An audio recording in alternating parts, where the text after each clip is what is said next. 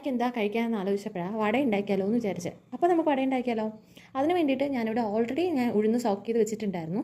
അത് നന്നായിട്ട് കഴുകി എടുത്തിട്ട് മിക്സിയുടെ ജാറിലേക്ക് മാറ്റിയതിന് ശേഷം ഒത്തരച്ചെടുക്കാതെ ബ്ലെൻഡ് ചെയ്ത് അരച്ചെടുക്കുക. വേണമെങ്കിൽ 1-2 ടീസ്പൂൺ ആവശ്യത്തിന് വെള്ളം ഒഴിച്ച് കൊടുക്കുക. ഒരുപാടായിപ്പോയാൽ ലൂസായി പോകും ബാറ്റർ.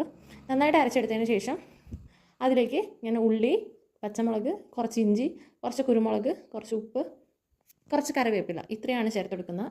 ഉഴുന്ന് കുറച്ച് സ്പൂൺ വെച്ചിട്ട് നന്നായിട്ടൊന്ന് ഇളക്കി കൊടുത്താൽ അതൊന്ന് പൊങ്ങി വരും. ഒരു 2-3 മിനിറ്റ് ഒന്ന് ഇളക്കി കൊടുത്താൽ മതി. നന്നായിട്ട് ഫ്ലഫി ആയിട്ട് കിട്ടും. അതിലേക്ക് നമ്മൾ ഈ കട്ട് ചെയ്ത് വെച്ചിരിക്കുന്ന വെജിറ്റബിൾസ് എല്ലാം ചേർത്ത് കൊടുക്കുക.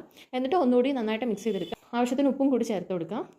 എന്നിട്ട് നന്നായി ബ്ലെൻഡ് ചെയ്തതിന് ശേഷം അത് മാറ്റി വെച്ചിട്ട് ഒരു പാനെടുത്ത് അടുപ്പത്ത് വയ്ക്കുക.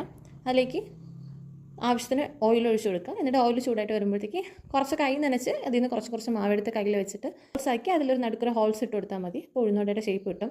ഇവിടുത്തെ ഉഴുന്നുവടയ്ക്ക് അത്ര പെർഫെക്റ്റ് ഷേപ്പൊന്നുമില്ല. Thanks for watching.